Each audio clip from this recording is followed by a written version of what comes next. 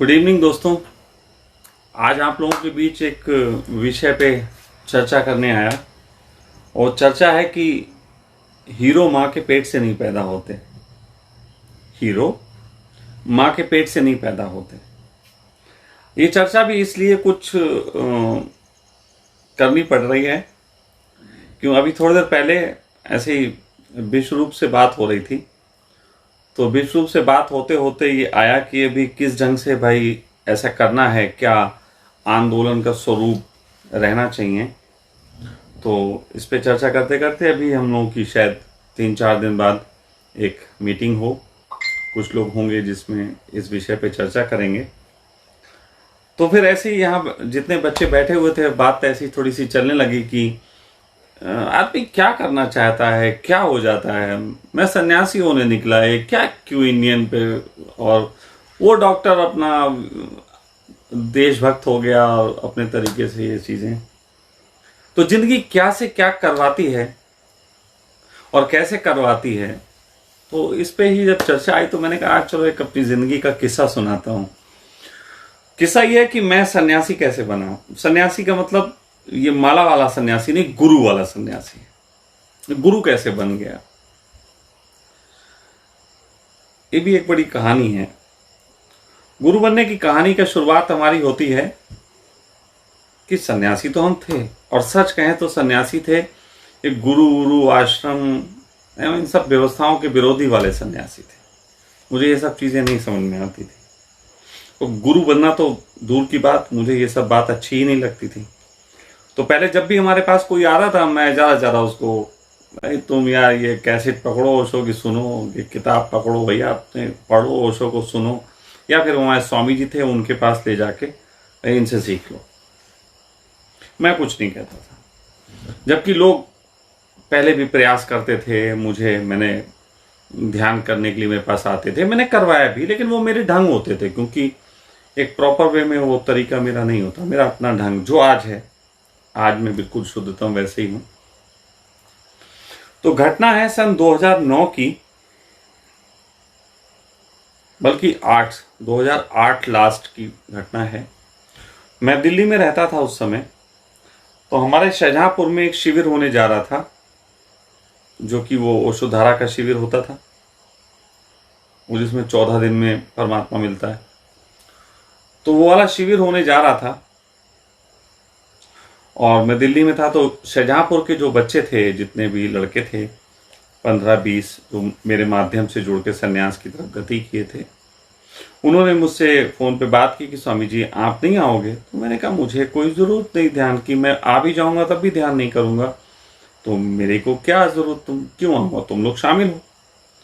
तो कहने लगे स्वामी जी आप आओगे तो शामिल होंगे, वरना हम शामिल नहीं होंगे। तो हमने कहा फिर ये तो मेरे लिए तो एक रिस्पेक्ट ये थी कि ओशो का कुछ भी काम हो रहा है, कोई भी करा रहा है, तो शामिल होना चाहिए। तो मैंने कहा ठीक है, अच्छा मैं आता हूं। सिर्फ इस वजह से आऊंगा कि मेरी वजह से आप सब उसमें शामिल होगे, और कौन शिविर करा रहा कौन नहीं, इससे कोई लेना देना नहीं, कि ओशो धारा का है कि ओशो बर्ड का है कि पूना, क्या बकवास बात, तो सबको शामिल होना है। तो मैं आ गया। अब 3 दिन का शिविर बहुत कंट्रोवर्शियल होता जा रहा था, इन अर्थों में कि ओशो की धारणा के बिल्कुल विपरीत। पहले दिन ही जब शिविर का वहां शुरुआत हुई, तो मैंने कहा ना कि मैं तो बस पीछे बैठा। तो शिविर की शुरुआत में ही उन्होंने कहा कि पुरुष इधर बैठ जाएं, महिलाएं इधर बैठ जाएं। तो मैंने कहा नपुंसकों के लिए बीच की जगह। बस इस बात से गुस्सा आ गई कि ये स्त्री पुरुष इस तरीके से अलग अलग बैठ जाएं, ये चीज थोड़ी सी मुझे लगी कि यार ये क्या है, ध्यान शिविर हो रहा है, इसमें स्त्री पुरुष की बात भी कहाँ आ रही है। होना चाहिए कोई कहीं बैठे। वो तो एक गुरुद्वारे वाला तरीका कि इधर उधर, और वो जो ले रहे थे वो भी पंजाबी थे, सरदार थे, उनका सरदारपना खत्म नहीं हुआ था, नाम लेने की जरूरत नहीं समझता ऐसे लोगों की। तो वो शिविर हुआ। उसके बाद शिविर के 3 दिन बाद वहाँ पे जो उनके मुखिया थे उनका आगमन हुआ। उनके साथ ब्लैक कमांडोज बन के कुछ लोग, उनके गार्ड्स वो आए। अब हमारे शहर में तो कुछ सन्यासी हैं, कुछ बवालिए ज़्यादा ही हैं, बवाल मच गया। और यार ये क्या चक्कर है। और जितने संघ के हमारे लड़के थे उनको तो एक और बात उठी, यार स्वामी जी यार आप अच्छी बात कह सकते थे, आप इनसे ज्यादा अच्छी बात कहते हो, अच्छे ढंग से ध्यान करवा सकते हो, ये क्या आपने हमें शिविर में धक्का दे दिया। वहां जो था, कुछ पत्रकारों ने भी मुझसे प्रश्न पूछा। वो पत्रकार जानते थे मेरा किस तरीके का स्वभाव। पत्रकारों ने मुझसे प्रश्न पूछा कि स्वामी जी आप यहाँ कैसे, क्योंकि यहाँ तो परमात्मा फल इतने दिन में मिल जाएगा इस कंसेप्ट पे, और हम आपको जानते हैं आप इस तरीके के तो हो नहीं, आप तो इन बातों के विरोधी, तो आप यहाँ हो कैसे, क्यों आए। तो मैंने कहा देखो ओशो के नाम पे ये शिविर है। अब ओशो के नाम पे तो कोई वैश्या भी अपने घर के बाहर बोर्ड लगा ले तो हम एक बार को सोचेंगे कि चलो चाय पी लें इसके यहाँ चल के, बाकी आगे जो हो जाए कोई दिक्कत नहीं। तो उस कंडीशन में अब यहां शिविर हो रहा था ओशो का, तो आ गए।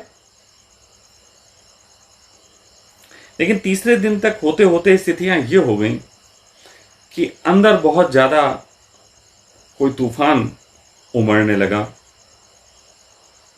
कि यार ये सही नहीं। मैं सोचता था कि जो लोग संचालक हैं, जो लोग शिविर ले रहे हैं, वो अपने ढंग से अपनी जिम्मेदारियों को निभा रहे होंगे, तो इनकी मदद करो, बस वहां ले जाओ, लोगों को पहुंचो। मैं यही करता था शिविरों में, मैं 20-20 लोगों को लेके गया, लोगों को ले जाता था, ध्यान करवाता था, संन्यास दिलवा देता था। पहले यही काम था मेरे, सब समझता था चीजों को, लेकिन मैं अपने आप नहीं आगे आना चाहता। तो मैं कहता जो भी कर रहा है काम होने से मतलब है ना, कौन कर रहा है क्या लेना देना। लेकिन उस दिन ऐसा लगा पहली बार कि कोई ऐसा नहीं है जिसके हाथ में इस रथ की कमान दी जा सके। तो लगा अब अपने आप ही लगाम पकड़नी पड़ेगी। तब तक हम दिल्ली में रह रहे थे।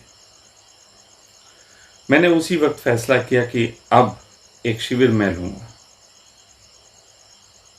सब बच्चे थे वहां, उन्होंने कहा स्वामी जी आप शिविर लीजिए। मैंने कहा अब एक शिविर मैं लूंगा, नए तरीके से इसका प्लान करूंगा। और वहां और भी सन्यासी थे बुजुर्ग, उन्होंने भी सहमति जताई, ठीक है तुम शिविर लो, एक शिविर कराओ। शिविर कराने वाली बात आई कि शिविर एक सही प्रॉपर वे में क्या होना चाहिए, तो मैं उसको करने के लिए आगे आऊंगा। तो जब उसके बारे में चिंतन शुरू किया तो शिविर के खर्चे, उस समय पैसे भी नहीं होते थे ऐसे हाथ में, तो शिविर के खर्चे, शिविर का प्रचार प्रसार, क्योंकि मेरे हिसाब से शिविर का अगर प्रचार प्रसार ना हो तो शिविर का कोई मतलब नहीं, क्योंकि पुराने लोगों तक सूचना पहुंचनी नहीं जरूरी है, जरूरी उन तक है जो नए लोग हैं, उनको भी आना चाहिए। हाँ निश्चित ही पुराने सन्यासियों को भी आना चाहिए, क्योंकि उनके बीच में नए के फूल खिलना आसान हो जाते हैं। तो कैसे प्रचार होगा, कैसे क्या होगा, तो मैंने एक योजना बनाई। फिर शिविर के शुल्क पे बात आती है। फिर शिविर का शुल्क कम रखना था, यह भी एक जिद थी। तो शिविर का शुल्क रखा गया 50 रुपए। ये वीडियो हो सकता है कुछ वो लोग भी देख रहे हों जो उस शिविर में शामिल थे। 2-3 लोग थे और वो फेसबुक पे आज भी मेरे जुड़े हुए हैं जो उस शिविर में थे। तो अगर आप लोग कहेंगे तो मैं उनका आपको लिंक भी दे दूंगा, आप उनसे बात कर सकते हैं कि मैं जो बोल रहा हूं उसमें कोई गलती तो नहीं, या मैं कुछ बनावटी तो नहीं कर रहा हूं। क्योंकि मेरी जिंदगी बड़ी ड्रामेटिकल गुजरी है, बड़ी फिल्मी कहानी वाली। तो कभी कभी लगता है यार आदमी जो कह रहा है वो ऐसा हकीकत में हुआ कि नहीं हुआ है, लंबी लंबी छोड़ रहा। लेकिन विश्वास मानो परमात्मा ने मेरे साथ लंबी लंबी छोड़ी, तो इसलिए जो है मुझे क्या करूं, जो है वो कहनी पड़ती है। तुम्हारे लिए वो लंबी होती, मेरे लिए तो साधारण सी बात होती है। जैसे मेरी जिंदगी में 3-3, 4-4 गर्लफ्रेंड्स लगातार रही हैं, ये मेरे लिए सामान्य सी बात है, तुम्हारे लिए लंबी लंबी हो जाती। और यही पीड़ा है हमारी तुम्हारे बीच की, जलन की पीड़ा। तो उस शिविर का शुल्क सोचा गया 50 रुपया। संचालन मैं स्वयं करने को था, मैं करूंगा। प्रचार प्रसार करने के लिए क्या किया जाए, तो प्रचार प्रसार करने के लिए सोचा गया कि स्टॉल लगाए जाएंगे, स्टॉल में संग में एक दो लोग थे, एक माँ थी और एक दो बच्चे थे। उन्होंने कहा हम स्टॉल पे बैठेंगे जहाँ पे पब्लिक के बीच में स्टॉल लगा के शहर के बीच में और लोगों को जोड़ेंगे, लेकिन इन चीज़ों में खर्चा होना था। तो उस समय मैंने ओशो की सीडीज को कॉपी करवाया। और ये भी आपको बता दूं कि ओशो की सीडीज को, मतलब ओशो की जो कैसेटें आती थी पहली, उसको सीडी में डब करने का सबसे पहला काम हमने किया था 99 और 2000, इन 1-1.5 सालों के बीच में हमने बहुत बड़ी संख्या में इस पे काम किया था। ओशो को सीडी में लाने का श्रेय भले ही कोई ले ले, लेकिन ये काम मैंने किया था सबसे पहले। खैर, बिजनेस बनाने वालों ने बिजनेस बनाया, हमने तो केवल काम किया। तो वो सीडीज जो रखी थी हमने उसकी थोड़ी सी कॉपी करवाई और हमने कहा कि ये सीडीज भी थोड़ी बेची जाएंगी, इससे कुछ थोड़े से पैसे आएंगे, जिससे स्टॉल के खर्चे निकलेंगे और भी चीज़ों को। तो जो जगह लेनी थी वो जगह अगर हम किराए पे लेते तो 30,000 रुपीज पर डे पे वो रेंटेड थी। हमारे शहर में हार्ड ऑफ सिटी एक जगह है बाबा विश्वनाथ मंदिर, उसका प्रांगण, उसका हॉल, अगर हम उसको किराए पे लें तो 30,000 पर डे का होता है। लेकिन उस जगह का एक लॉ ये भी है कि अगर आप निःशुल्क कर रहे हैं कुछ, अगर आप फ्री में कर रहे हैं कुछ शिविर, तो वो जगह फ्री में डोनेट आपको कर देते हैं, दे देते हैं। आप 3 दिन के लिए ले लीजिए, 4 दिन के लिए। तो मैंने शहर के सन्यासियों से बैठ के बात की कि क्यों ना इस शिविर को फ्री में किया जाए। जैसे ही मैंने कहा फ्री में किया जाए, वैसे ही फिर ओशो की देशना, नहीं ओशो की देशना में फ्री में कुछ भी नहीं। अब ये जो फ्री में कुछ भी नहीं, इसकी वजह से 30,000 रुपए देने पड़ेंगे। तो मैंने इसको टेक्निकल किया। मैंने कहा शिविर शुल्क 50 रुपए, लेकिन हम इसको शो करेंगे रजिस्ट्रेशन शुल्क 50 रुपीज। शिविर निःशुल्क है, रजिस्ट्रेशन शुल्क 50 रुपए है, और इस टेक्निकलिटी के कारण वो हमको जगह फ्री में अवेलेबल होगी। तो उस जगह को इस तरीके से कि हम यहाँ फ्री में शिविर करेंगे, हमने बुक कराया। और बुक कराने के लिए हमारे शहर के ही एक सन्यासी हैं बुजुर्ग, उनके नाम से बुकिंग करवा दी। कोई बात नहीं, मैं मेरा तेरा मानता नहीं, तो उनके नाम से बुकिंग हो गई, कोई दिक्कत नहीं।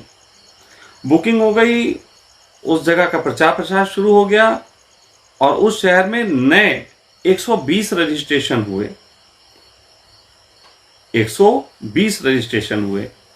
लेकिन रजिस्ट्रेशन के दौरान ही हमारे शहर में पुराने सन्यासियों के बीच में खलबली मच गई कि ये सन्यासी जो है, जो कल का लड़का, अब ये गुरु बन के बैठेगा और हमें इसके सामने बैठना पड़ेगा। अब वहां पे अहंकार की बातें शुरू हो गई।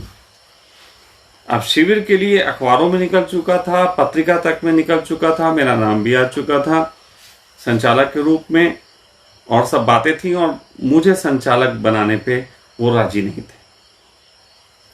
लेकिन अब 2 खंड बट गए। एक तो पुराने सन्यासियों की पूरी टीम इकट्ठी हो गई और एक तरफ नए बच्चे, मेरी तरफ कि स्वामी जी नहीं, शिविर तो आप ही लेंगे। अब पुरानी टीम में वो भी थे जिनके नाम पे मैंने बुकिंग करा दी थी, और वो उस जगह पे, जिस जगह पे शिविर लेना था, वो जगह भी एक ऐसे व्यक्ति की थी जिसको चढ़ाना बहुत आसान था मेरे संबंध में, क्योंकि मैं शाहजहांपुर में लवगुरु रह चुका था। और वही हुआ। आपको शायद विश्वास ना आए, लेकिन जिस दिन शिविर आरंभ होने को था, उस दिन सुबह जब वहां पे थोड़ा टेंट का सामान पहुंचा, जो कि टेंट का सामान खाने पीने का ये सब था, और इसे हम लोगों ने गुरुद्वारे वालों से 501 रुपए की पर्ची कटवा के ले लिया था। और इसको अगर हम किराए पे लेते तो बहुत पैसे कम मिलता। तो हमने इसको भी गुरुद्वारे से व्यवस्था कर ली थी। खाने पीने का थोड़ा बहुत जो खर्चा होना था, उसके लिए मेरे पिताजी ने सहयोग करने की बात कर दी थी कि खाने पीने का चल मैं सहयोग कर दूंगा, जबकि मैं घर में नहीं रहता था, ये आपको बता दूं। फिर भी मेरे पिताजी ने इसकी व्यवस्था कहने के मैं कर दूंगा। तो खाने पीने की इस तरीके से हो गई, बर्तन बाढ़ इस तरीके से हो गए, जगह ऐसी हो गई।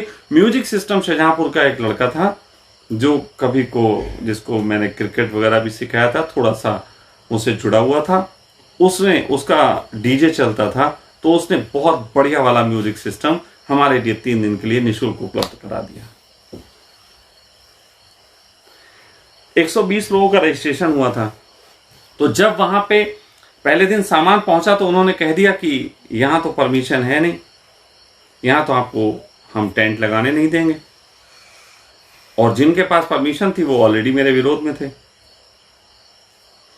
अब स्थिति ये हो गई कि उन्होंने मना कर दिया। उन्होंने कहा जिसके नाम हमने किया है वो आए। अब वो आएंगे नहीं क्योंकि उन्होंने तो मेरे विरोध की ठान ली। मैंने कहा ठीक है, अगर ऐसा नहीं होता है तो मैं ऑन रोड शिविर लूंगा, जितने भी लोग शामिल होना चाहेंगे मैं ऑन रोड ध्यान करवाऊंगा, आप मना कर दीजिए। फिर हुआ ये कि उसी दोपहर में इतनी भागा दौड़ी में सब कुछ हुआ कि उनके निकट के, बिल्कुल निकट के एक हस्बैंड वाइफ शिष्य थे। उनकी वाइफ उनकी बहुत सेवा करती थी, बुजुर्ग थे। तो उन्होंने, वो मुझे मानते थे और जानते भी थे, उन्होंने अपने उन गुरु से कह के वो धर्मशाला जो थी उन्होंने दिलवाई। उन्होंने कहा 3 दिन के, ठीक है। तो जब इस तरीके की स्थिति बनी और उन्होंने वो परमिशन तो दिलवा दी, तो शाम को जब शिविर शुरू हुआ तो वहां केवल 15-20 लोग पहुंचे जो नए रजिस्ट्रेशन थे। बाकी जो बच्चे थे और वो तो पहुंचे जो हमारे संघ के थे, लेकिन बाकी नए रजिस्ट्रेशन में सिर्फ 15-20 लोग पहुंचे। और 15-20 लोग पहुंचे तो ये बात थोड़ी सी हैरान करने वाली थी कि 15-20 लोग कैसे आए। तो जब उन्हीं में से लोगों से पूछा तो पता चला कि उनको फोन गए हैं, उनको और लोगों के फोन गए जिन्होंने कहा शिविर कैंसिल हो गया है। और उन लोगों ने बताया कि वो जो फोन थे, वो फोन नंबर से जब हम लोगों ने उसको सर्च मारा तो पता चला कि हमारे शहर के कुछ सन्यासी जो काउंटर पे भी आते थे, उन्होंने उस काउंटर पे रजिस्ट्रेशन जो थे उसके सारे नंबर्स लेके और उन लोगों को फोन कर करके मना कर दिया। ये भी साजिशें हुई। तो केवल 12-15 लोग नए पहुंचे और बाकी जो बच्चे थे 15-20 पुराने। तो लगभग 30-35-40 लोगों का मैंने कैंप लिया फर्स्ट टाइम। जब वो कैंप लिया तो बहुत सुंदर कैंप की शुरुआत हुई। और उस सुंदर शुरुआत में परमात्मा की असीम कृपा ये थी कि शहर के सारे बुजुर्ग सन्यासी, इधर मैं कैंप ले रहा था और वो प्रांगण के दूसरे हिस्से में बैठे हुए शशांक हाय हाय कर रहे थे। ये परमात्मा की असीम कृपा रही मेरी कि मुझे निंदक मेरे बहुत मिले। और निंदक क्या, मेरी मां बहन कर दें ऐसे लोग। तो वो जो थे सामने बैठे कर रहे थे और मैं इधर कैंप ले रहा था। और साथ साथ वो जो व्यक्ति थे जो उस संस्था के अध्यक्ष थे, वो भी वहां सामने बैठे होते थे। उनको भी गुस्सा मेरे ऊपर बहुत आती थी और मैं उनको प्रणाम भी नहीं करने गया था। मैं अपना कैंप लेने आया, मैं यहां किसी को प्रणाम करने आया, मैं क्यों जाऊं। तो मैंने वहां पे वो 2 दिन तक कैंप चला। तीसरे दिन जो था सन्यास उत्सव होता है। अब सन्यास उत्सव के वक्त अब सन्यासियों ने 2 दिन तक तो कैंप रोक नहीं पाया, लेकिन तीसरे दिन उनको जिद हो गई। उन्होंने कहा सन्यास उत्सव नहीं होने देंगे और किसी तरीके से उन्होंने उनसे बात करके लाइट कटवा दी। जाड़ों के दिन थे, दिक्कत इस चीज की नहीं थी कि गर्मी होगी, दिक्कत इस चीज की थी कि म्यूजिक सिस्टम के बगैर ओशो सन्यासी नाचेंगे कैसे।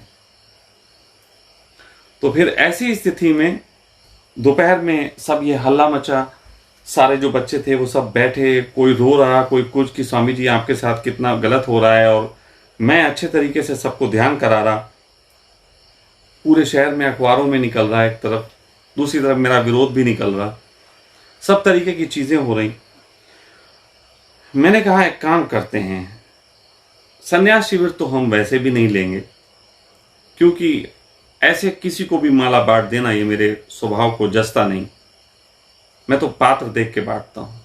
लेकिन हां, अगर तुम संकल्प लेना चाहो उस राह पे बढ़ने का तो संकल्प उत्सव शिविर ले सकते हैं।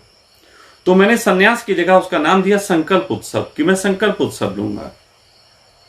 और संकल्प उत्सव में सब शामिल हो सकते हैं, चाहे सन्यासी हो चाहे ना हो, वो सबके लिए होगा। सबको संकल्प लेना पड़ेगा, दोबारा संकल्प लेना पड़ेगा, मैं वाकई उसी तरह से चलूंगा। तो ऐसे करके संकल्प उत्सव की जो है बात की गई। और म्यूजिक सिस्टम तो नहीं था, लाइट नहीं थी, वो खोलने को राजी भी नहीं थे।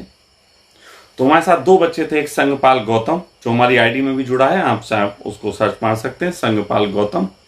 और एक आईडी में एक और बच्चा है नवी मिश्रा करके, वो भी उस शिविर में था, आप उससे भी संपर्क कर सकते हैं। तो ये दोनों उसमें शामिल थे। तो संगपाल गौतम और एक उसका दोस्त और राजकुमार, ये दोनों लोग ढपली बजाया करते थे, ढपली हारमोनियम इनको आता था बजाना। तो मैंने कहा ढपली उठा लाओ अपनी अपनी घरों पे जाके, और ये दोनों ढपली उठा लाए। तो मैंने कहा क्या ऐसी हिम्मत है कि 2-3 घंटे तक तुम अगर जरूरत पड़े तो ढपली बजा सको, क्योंकि लगभग इतना समय तो ये चलेगा। तो उन्होंने कहा हाँ। और वो जो उत्सव हुआ है संकल्प उत्सव, वो भी 25, 30, 35 जो भी लड़के लड़कियां थे, तो एक तरफ तो बकरे की खाल से मड़ी हुई ढपली बजती थी, और दूसरे अपने शरीर को ढपली समझ के लोग अपने सीने को पीटते थे। ये म्यूजिक था। ढपली बजाने वालों की उंगलियां फूट गई थी, खून निकल आया था, ये सबने देखा। और अंदर बच्चों का रुदन, उनका उत्सव इतना ज्यादा क्रांतिकारी था कि शायद इतना क्रांतिकारी तो म्यूजिक सिस्टम पे भी नहीं हो सकता था। वो 3 घंटे का उत्सव चला। उस 3 घंटे के उत्सव के बाद सारे बच्चों से मैंने सिर्फ एक ही चीज मांगी कि आप इस प्रांगण में जितने भी लोग हैं उन सबको जाके गले लगाएं और फिर मेरे पास आएं। वो सब बच्चे निकले सफेद वस्त्रों में, सारे बच्चे बारी बारी से उस प्रांगण में जो भी उपस्थित था, चाहे बंगी, चाहे माली, चाहे वहां दरबान, इवन कि वो संस्था के अध्यक्ष भी बैठे हुए थे। उन्होंने सबको जाके बारी बारी से, चाहे लड़का हो चाहे लड़की, सबने गले लगाया। और उसके बाद भोजन के लिए मेरे पिता ने सबको इनवाइट किया कि आप सब आए भोजन। उस दिन खीर भी बनी थी। और उसके बाद वहां पे वो जो रघुवर दयाल थे, अब उनका नाम भी बताता हूं, जो रघुवर दयाल ने मुझसे बाद में कहा, जब मैं सबसे बाद में उनके पास पहुंचा और मैंने भी प्रणाम किया, बुजुर्ग व्यक्ति 80-85 साल के, मैंने उनको बोला पिताजी प्रणाम। तो बोले आओ। तो मैंने कहा अब आया हूं, मैं 3 दिन पहले भी आ सकता था आपको प्रणाम करने, लेकिन 3 दिन पहले मेरा आना सिर्फ एक राजनीति का हिस्सा होता।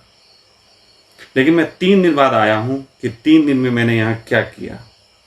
ये 25-30 बच्चे, इनके चेहरे देखो, इनको कौन सा ढंग जीने का मैंने सिखाया है, इनसे पूछो। इनके गले लग के आपने आभास भी किया होगा। तो वो रो पड़े और प्रांगण के लगभग सभी लोग रोए थे, सभी लोग। तो इस तरीके से वो शिविर की समापन हुआ। तो ये सब कहने का अर्थ सिर्फ इतना है कि जीवन में कोई व्यक्ति जो है वो हीरो पैदा नहीं होता। परिस्थितियां सामने आती हैं, जिम्मेदारी समझ के जो व्यक्ति उससे लड़ जाता है, टकरा जाता है, उन चीजों को अपने कंधे पे उठाने को तैयार हो जाता है, जगत उसे एक दिन हीरो बना देता है। वो दिन अगर मैंने ये ना किया होता कि कौन कहेगा तो मैं ही कहूं, तो फिर आज ये आश्रम, ये बच्चे, ये सखा परिवार भी नहीं होता। मुझे जो प्रेम करते हैं हजारों लोग, वो नहीं कर रहे होते। एक के बाद ये सब होता चला गया। और उसी शिविर से कुछ पर्चे बटे, वो पर्चे पहुंचे किन्हीं जगहों पे, वहां पढ़ के उन बच्चों के नंबर लिए, उन्होंने मेरे नंबर लिए, फिर उन नंबरों से उन्होंने मुझसे बात की। उनमें से एक व्यक्ति था, उन्होंने मुझे कहा कि आप हमारे पास कभी मेरठ आइए। इत्तेफाक से एक बार मैं दिल्ली गया हुआ था, मैं वहां मेरठ पहुंचा उन व्यक्ति के नंबर के होने के कारण। जब मेरठ पहुंचा तो मेरठ में उनके घर में मुझे एक व्यक्ति मिले, जो व्यक्ति सहारनपुर से थे, और उन व्यक्ति का वहां पे एक बंद आश्रम पड़ा था, और उन्होंने मुझे वहां से इनवाइट किया कि आप आइए और उस आश्रम में आके उस आश्रम को चलाइए। तो फिर धीरे धीरे मैं सब स्वीकार चला गया और मैं फिर उस आश्रम में गया। मैंने उस आश्रम में अपनी बात की, फिर उस आश्रम से बढ़ते बढ़ते आज मैं यहां तक हूं। मैंने कभी सोचा नहीं कि मुझे क्या होना है, लेकिन अगर मेरे सामने कोई परिस्थिति आके खड़ी हो गई, जिस परिस्थिति ने मुझसे कहा कि अब तुम्हारी ज़रूरत है, तो कभी वो देश के हित में सोचने का विषय हो, कभी वो भले ही संन्यास के हित में हो, मैं कोई एक डायमेंशन पे काम नहीं कर रहा। जिंदगी किधर भी बुला सकती है, तो मैं हर विषय पे काम करना चाहता हूँ।